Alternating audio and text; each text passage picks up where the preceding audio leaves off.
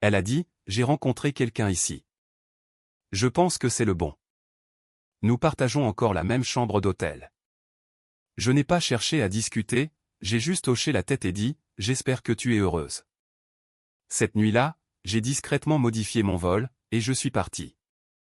3 jours plus tard, lorsqu'elle a ouvert la porte de l'appartement, elle s'est rendue compte que quelque chose, à l'intérieur, avait changé bien avant son arrivée. J'ai 32 ans.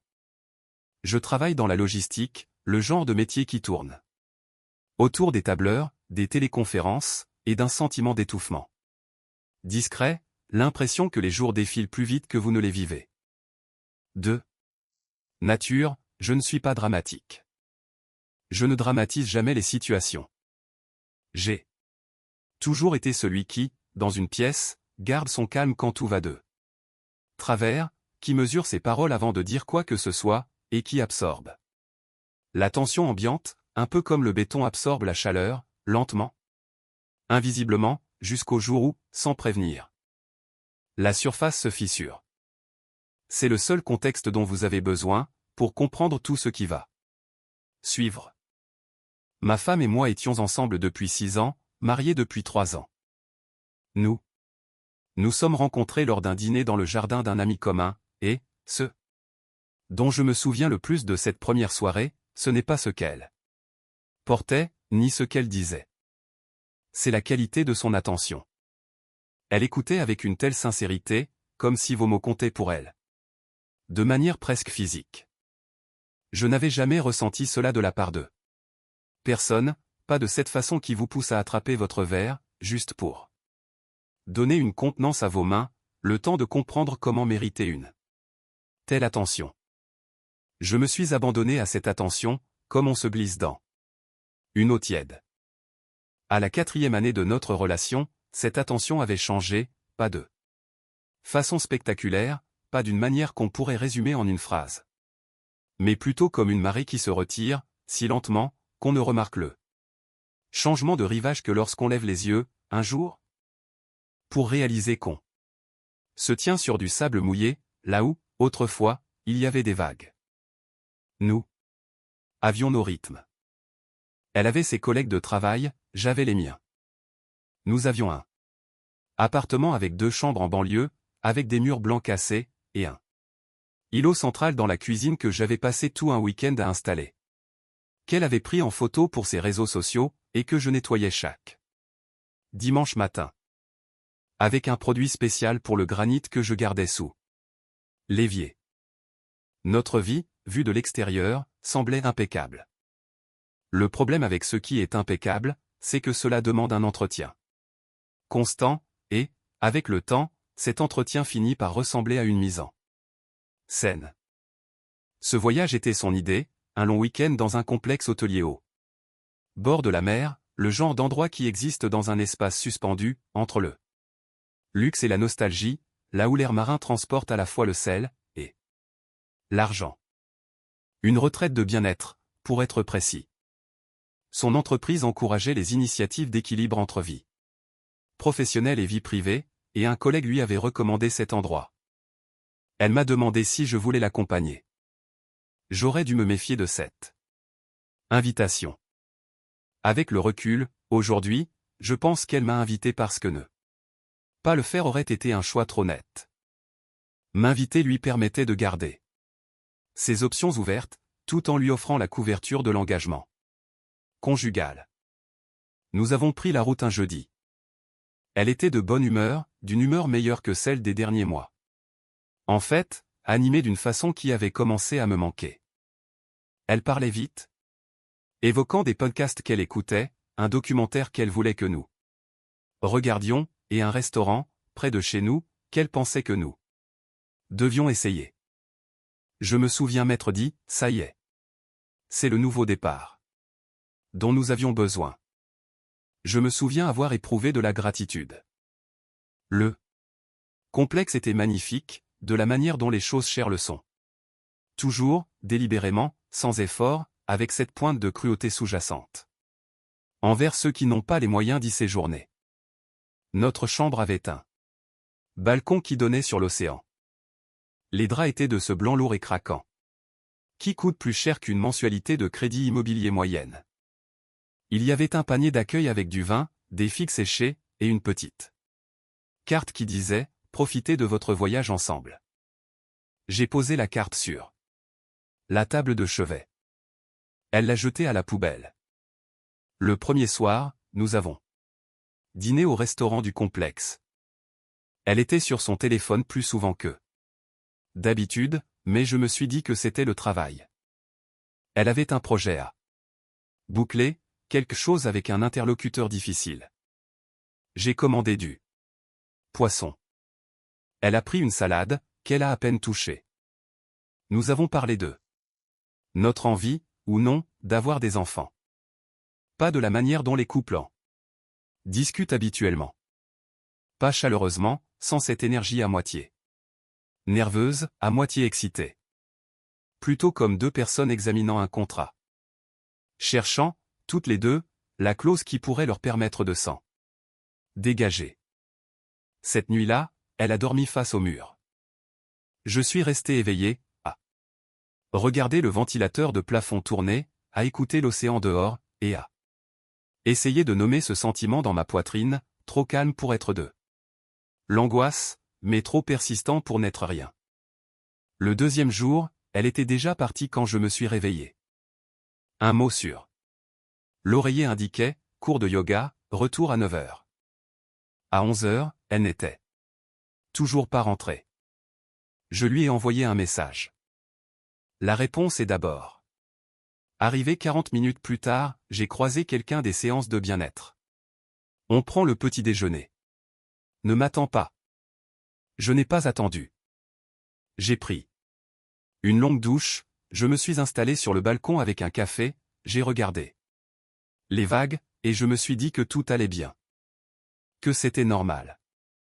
Les gens se rencontrent lors de ces retraites. C'est le but même de ces séjours. Elle est revenue à 13 heures. Ses joues étaient roses, d'une manière qui n'avait rien à voir avec le soleil. Elle sentait légèrement le parfum d'un autre.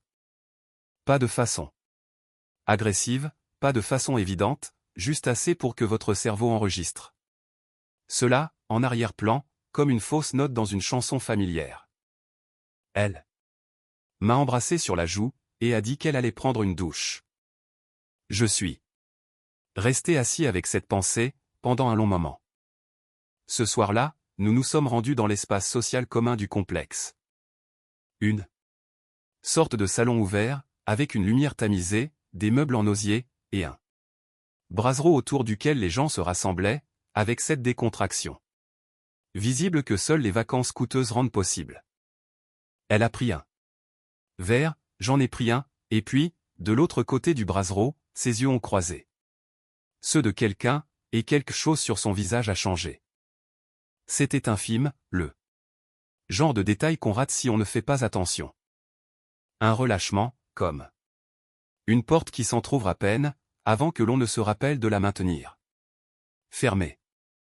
Elle s'est retournée vers moi, m'a souri, et ce sourire était chaleureux, sincère, et totalement dirigé vers moi. Et, d'une certaine manière, c'était encore pire. Je l'ai observé, lui, pendant un moment. Il était grand. Détendu, avec cette attitude propre aux hommes à qui on n'a jamais dit non sûr. Le ton qui convient. Le milieu de la trentaine, peut-être, avec cette confiance en soi facile, qui vient soit de l'argent, soit du fait de n'avoir jamais eu à faire trop d'efforts pour obtenir quoi que ce soit. Il l'a regardé 2 fois au cours des 20 minutes suivantes. Elle a rendu son regard une fois. Je n'ai rien dit. Je ne dis jamais rien sur le coup.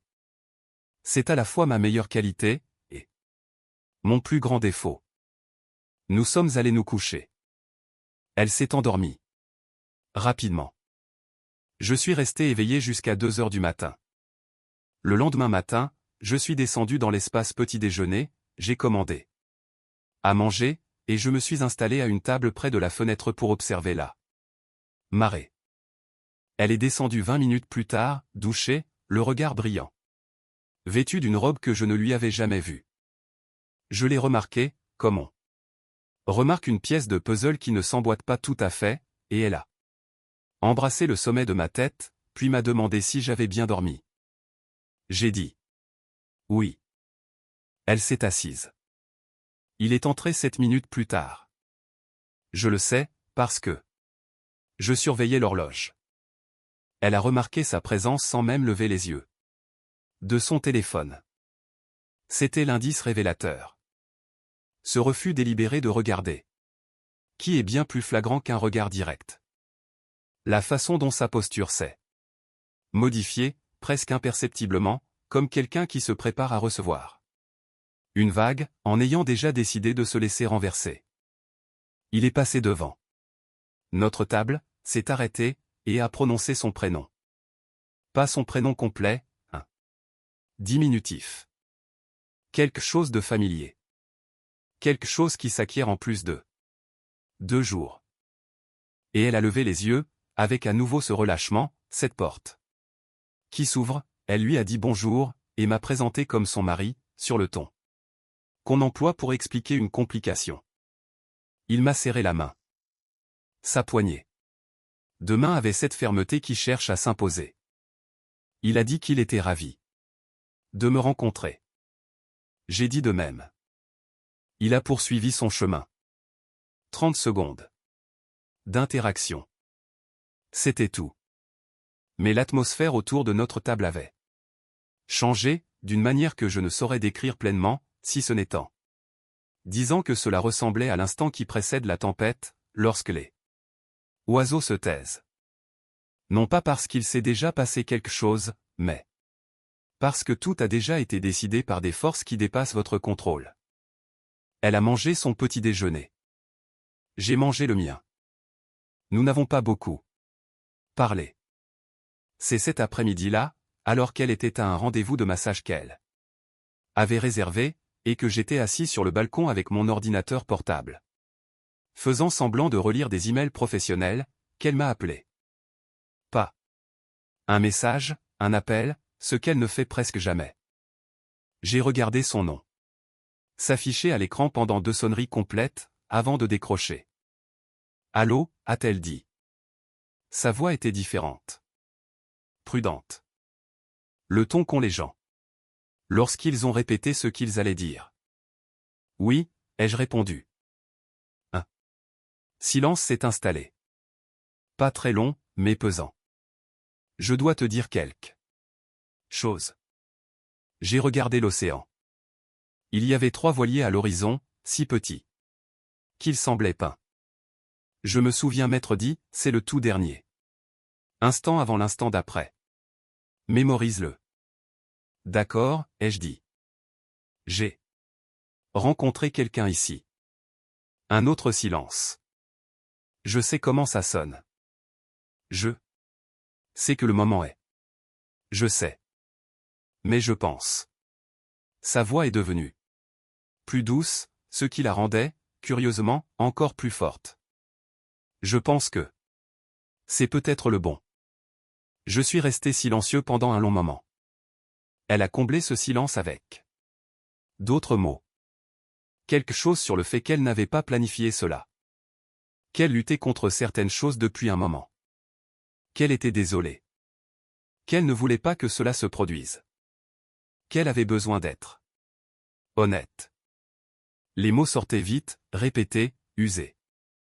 Comme le font les aveux quand on les a gardés trop longtemps en soi, et que l'on décide enfin que se libérer importe plus que l'exactitude des faits.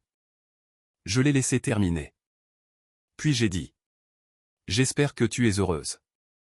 Elle s'est arrêtée. Quoi? J'espère que tu es heureuse, ai-je répété, avec lui. Elle ne savait pas comment réagir à cela. Elle s'était préparée à de la colère, à de la détresse, à une dispute qui lui aurait permis de se poser en femme courageuse d'avoir été honnête. Elle ne s'était pas préparée au silence. Est-ce qu'on peut en parler? Vraiment? Parler? C'est ce que nous venons de faire, ai-je dit. Profite de ton massage. On se voit plus tard. J'ai raccroché. Je suis resté sur ce balcon pendant encore 1 heure, à regarder les voiliers s'éloigner lentement à l'horizon, jusqu'à ce qu'ils disparaissent. Ensuite, j'ai ouvert mon téléphone, et j'ai modifié mon billet de retour. J'ai fait mes bagages lentement, méthodiquement, comme je fais tout. Je n'ai pris que ce que j'avais à porter, j'ai laissé le panier d'accueil sur le comptoir, j'ai laissé ça. Moitié de penderie exactement comme elle l'avait organisé, j'ai posé la clé de la chambre sur la table de chevet. Juste à côté de l'endroit où se trouvait la carte d'accueil avant qu'elle ne la jette, et je n'ai laissé aucun mot. Le trajet jusqu'à l'aéroport a duré 2 heures. Je me suis arrêté une fois pour prendre un café dans une station-service, je l'ai bu sur le parking, en regardant les camions aller et venir. Le ciel offrait un spectacle extraordinaire avec la lumière, cette heure de fin d'après-midi qui rend brièvement tout sacré. Et je l'ai remarqué, de la manière dont on remarque les belles choses quand on est sous le choc, avec une clarté parfaite, et une absence totale de sensations. Je n'ai pas pleuré pendant le vol. Je n'ai pas pleuré à l'atterrissage. Je n'ai pas pleuré en ouvrant la porte de notre appartement, en allumant les lumières, et en restant debout dans la cuisine à regarder cet îlot en granit, que j'avais passé tout un week-end à installer. J'ai pleuré une fois. Brièvement, à 3 heures du matin, assis sur le sol de la salle de bain, le dos appuyé contre la baignoire, non pas vraiment de chagrin, mais de cette douleur cellulaire bien spécifique d'avoir aimé quelqu'un de manière absolue, et de voir que cet absolu, au bout du compte, ne signifiait rien, du constat que l'on peut tout faire correctement, et se retrouver malgré tout seul dans une salle de bain à 3 heures du matin, à se demander à quel moment précis on a pris le mauvais chemin. Puis, je me suis levé, je me suis lavé le visage, et j'ai commencé à réfléchir. C'est la partie dont les gens ne parlent pas. Non pas le chagrin, mais ce qui vient après le chagrin, quand on est le genre de personne qui se tait plutôt que de crier. Cette clarté froide, systématique, qui s'installe lorsque les émotions ont fait leur temps, et se retirent. La façon dont votre esprit, soudain libéré de tout espoir, commence à percevoir des choses qu'il était trop généreux pour voir auparavant. J'ai passé 2 jours dans cet appartement à tout passer en revue. Pas de manière paranoïaque, mais à la façon de quelqu'un qui analyse des données après une panne de système, cherchant à localiser le point d'origine. J'ai trouvé les messages, non pas en fouillant. Je les ai trouvés parce qu'elles étaient restées connectées sur une tablette commune que nous utilisions pour le streaming, et l'application de messagerie affichait une notification. J'ai cliqué dessus sans réfléchir, et ils étaient là. 3 semaines de conversation. Horodatées, archivées. Pas avec l'homme du complexe hôtelier, avec quelqu'un d'autre. C'était le tournant auquel je ne m'attendais pas. L'homme du complexe n'était pas le premier. L'homme du complexe était simplement celui au sujet duquel elle avait décidé de passer aux aveux. Celui qui lui avait donné le courage de parler à voix haute. Mais avant lui, parallèlement à nos 3 derniers mois de dîner en couple, de nettoyage de la cuisine le dimanche, et de discussion sur notre désir d'enfant, il y avait eu quelqu'un d'autre. Quelqu'un de son bureau. Quelqu'un avec qui elle échangeait des messages, d'une manière qui commence de façon anodine, et qui cesse rapidement de l'être. J'ai tout lu. Pas rapidement. Lentement, de la manière dont on lit quelque chose que l'on doit comprendre parfaitement, avant de décider de la suite. Les horodatages. Racontaient une histoire qui faisait passer celle du complexe pour une simple note de bas de page. Le ton des messages, leur désinvolture, les blagues privées, la manière bien spécifique dont elle lui écrivait, comparée à la façon dont elle s'adressait à moi, constituait en soi un verdict sans appel. J'ai fermé l'application. Je suis resté assis à l'îlot de la cuisine pendant un long moment. Puis, j'ai appelé mon frère, et je lui ai dit que j'avais besoin d'aide pour mettre des affaires au garde-meuble. Elle est revenue 3 jours plus tard. Je le sais, parce que j'étais là. Elle a ouvert la porte avec ce rythme particulier qu'ont les gens après des années de retour au foyer, ce léger jeu dans la serrure, le coup d'épaule habituel, puis elle est entrée, s'est arrêtée net dans l'embrasure du salon, et est restée totalement immobile. Je n'avais pas vidé l'appartement. Je tiens à être précis là-dessus, car ce genre d'histoire a tendance à être exagéré au fil des récits. Je n'avais pas emporté ses affaires, ni déménagé les meubles, je n'avais rien fait de théâtral. Ce que j'avais fait, c'était retirer mes propres affaires. Discrètement, délibérément, d'une manière qui donnait à l'appartement des airs de décor de théâtre où l'un des acteurs aurait simplement cessé de se présenter. Mes livres avaient disparu des étagères. Mes photos n'étaient plus au mur. Mes ustensiles de cuisine, les bons couteaux, le matériel pour le café, le produit pour le granit, tout cela avait disparu des placards.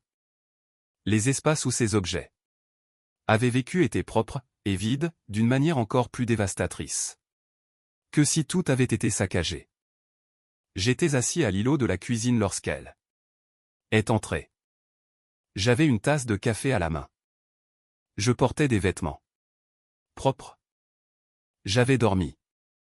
Elle m'a regardé, puis a regardé les étagères, puis m'a regardé à nouveau.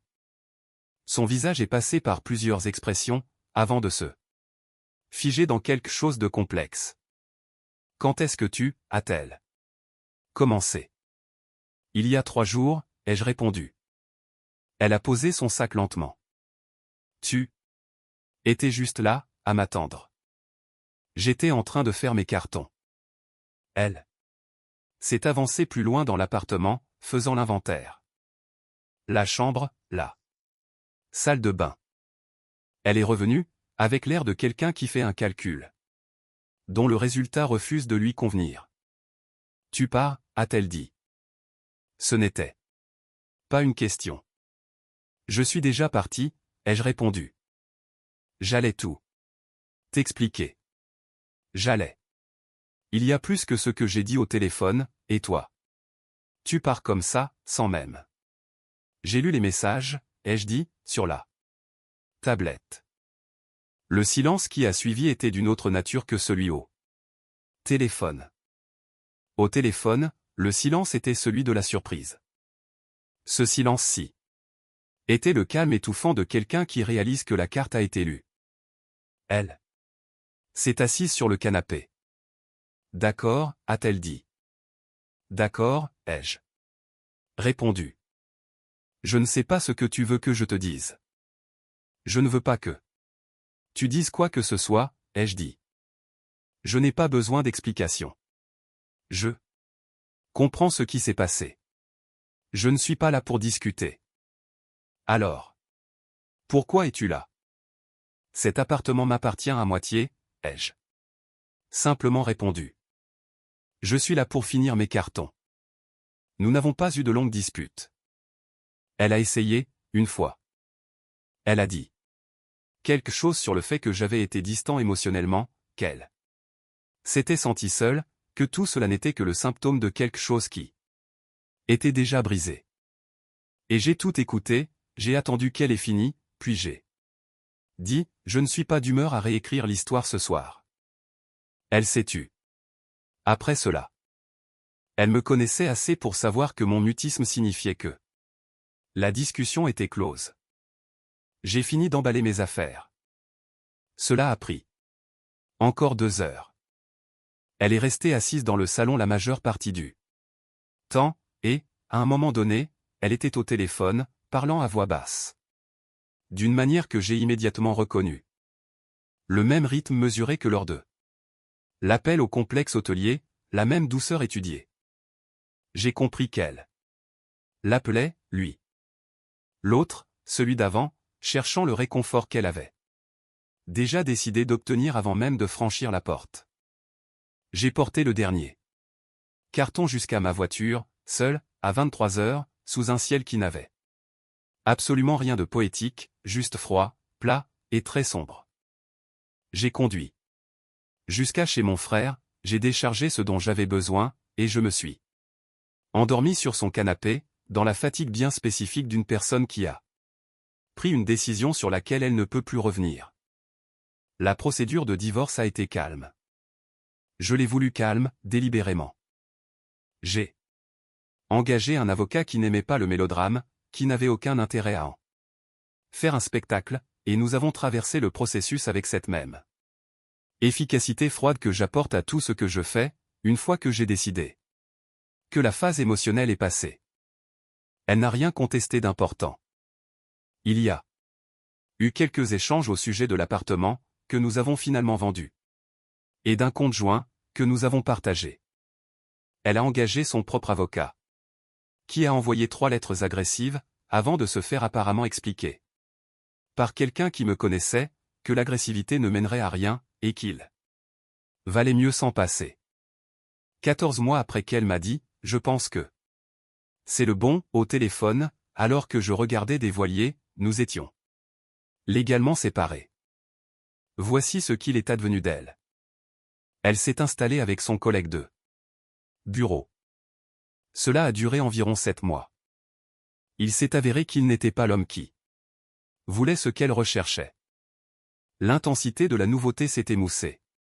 Comme c'est toujours le cas, et ce qu'il est resté, c'était un homme ordinaire. Avec des limites ordinaires, sans aucun passé ni aucune habitude qui permettent de faire durer une longue relation. Elle m'a contacté une fois, 8 mois après la finalisation du divorce, par l'intermédiaire d'un ami commun. Le message était vague, de la manière dont le sont les messages des gens qui n'ont pas encore décidé ce qu'ils attendent de vous. Je n'ai pas répondu, non pas par cruauté, mais par ce même instinct de préservation qui m'avait poussé à changer mon billet d'avion. Quant à l'homme du complexe hôtelier, je n'ai jamais su ce qu'il était devenu. Je ne pense pas qu'il se soit passé quoi que ce soit. Au bout du compte, je crois qu'il a été le catalyseur, pas la destination. Je pense qu'elle s'est servie de son attention pour prendre une décision qu'elle avait déjà prise, mais qu'elle ne savait pas comment mettre en œuvre. C'est, en un sens, la version la plus douloureuse de cette histoire, non pas qu'elle se soit éprise de quelqu'un d'autre, mais que cet autre ait simplement été l'autorisation dont elle avait besoin, pour quitter ce qu'elle avait déjà abandonné dans sa tête. Je vis dans une autre ville désormais. J'ai un appartement plus petit, que j'ai meublé de façon réfléchie, sans rien emporter du passé, rien qui puisse en contenir des résidus. L'îlot de la cuisine est un simple billot de boucher, que j'ai acheté chez un brocanteur, et que j'ai traité moi-même, un dimanche après-midi, les fenêtres ouvertes, avec de la musique en fond de cours, et sans personne pour le prendre en photo pour ses réseaux sociaux. Je le nettoie avec ce qui se trouve sous l'évier. Il n'y a pas de produit spécifique. Je ne suis pas heureux, à proprement parler. Mais je ne fais pas semblant d'être ce que je ne suis pas, et il y a là un soulagement particulier, dont je n'avais pas pleinement mesuré la valeur avant de le perdre une première fois. Note. Quelques personnes m'ont demandé si je regrettais de ne pas m'être battu davantage, de ne pas avoir eu de grandes confrontations, de ne pas avoir exigé plus d'explications. La réponse est non, et permettez-moi de préciser pourquoi. Cette confrontation aurait été à son avantage, pas au mien. Cela lui aurait donné l'occasion d'être celle qui s'est montrée honnête, celle qui a été courageuse, celle qui a bravé la tempête de ma colère pour en ressortir lavée. Après avoir payé une sorte d'impôt émotionnel qui remettait les compteurs à zéro. Je lui ai refusé cela, non pas par malveillance, mais par simple pragmatisme. Je ne lui devais pas ma rage. Ma rage m'appartenait, et je l'ai consumée en privé, d'une manière qui n'impliquait pas de lui offrir le rôle principal dans mes pires moments. Note. Plusieurs personnes m'ont également interrogé au sujet du collègue, pour savoir si j'avais dit quelque chose au travail, s'il y avait eu des conséquences professionnelles. Je savais où il travaillait, mais nous ne partagions pas le même lieu de travail, il n'y avait donc rien de directement applicable. Je dirais ceci, je suis quelqu'un qui croit que les conséquences doivent être proportionnées, et organiques, plutôt qu'orchestrées. Ce que j'ai fait, c'est refuser d'arranger les choses, refuser de maintenir un cercle social commun. Refuser d'assister à des événements mutuels où les politesses de façade auraient été de rigueur. Le coût social de ce qu'elle a fait n'est pas une chose que j'ai fabriquée. C'est une chose que j'ai simplement cessé d'empêcher. Note. La question que l'on me pose le plus souvent, sous diverses formes, est: l'aimais-tu? Oui. Totalement. Sans réserve. Ce n'est pas une complication dans l'histoire. C'est l'histoire elle-même. On peut aimer quelqu'un de tout son être, et pourtant reconnaître clairement, sans drame, que ce que l'on aimait a pris fin, et que rester équivaudrait à une sorte de violence lente exercée contre sa propre existence. Le chagrin et la décision peuvent coexister. Ils ont coexisté en moi. Le produit pour le granit est toujours sous l'évier de mon frère, en fait. C'est lui qui l'utilise à présent. C'est le détail le moins poétique de tout ceci, et, pour une raison étrange, c'est celui auquel je reviens sans cesse. La persistance ordinaire des choses, une fois que l'histoire dont elle faisait partie s'est achevée. La façon dont la vie continue d'exiger de l'entretien, indépendamment de ce qui s'est passé le mois dernier ou l'année dernière. La façon dont on continue d'acheter le nettoyant, de nettoyer le comptoir, tandis que la surface tient, et tient encore. Jusqu'au jour où, sans un bruit, elle se fissure, et alors, on apprend à vivre avec cette fissure, et, avec le temps, la fissure devient simplement une partie de la texture, et, finalement, la texture devient simplement votre vie, et votre vie n'appartient plus qu'à vous.